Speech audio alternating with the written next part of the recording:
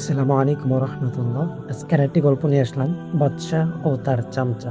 এক বাদশাহ সর্বদা নিচু মনা ও বিবেকের সাথে বসবাস করত। তারাও তার চামচামি করে সব সময় তার আশেপাশে ঘুরঘুর করত। ওদের মধ্যে আবির নামে একজন একেবারে বাদশার মাথায় চড়ে বসেছিল। একদিন বাদশাহ নির্জনে ওকে বলল, আমি তোর কাছে একটি গোপন কথা বলছি, কিন্তু সাবধান, কেউ যেন জানতে না পারে। আবির গোপন কথা না বলার জন্য হাজার রকমের কিরা কসম কাটল।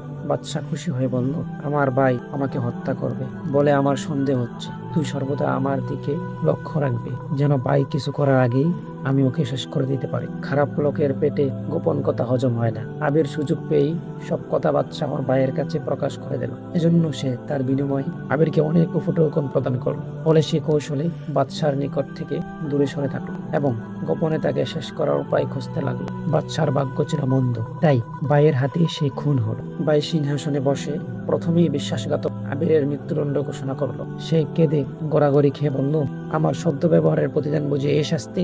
বাদশাহ বলল, গোপন কথা প্রকাশ করা হলো সবচেয়ে বড় অপরাধ। আমার ভাই তোকে এত বিশ্বাস করত, আর তার কথাই যখন তুই হজম করতে পারলি না, তখন আমি কোন বিশ্বাসে তোকে জীবিত রাখতে পারি? অবশেষে বাদশাহর আদেশে তাকে ফাঁসি দেওয়া হলো। শিক্ষা: কারো গোপন কথা প্রকাশ করা চরম অপরাধ, এর পরিণামও ভয়াবহ।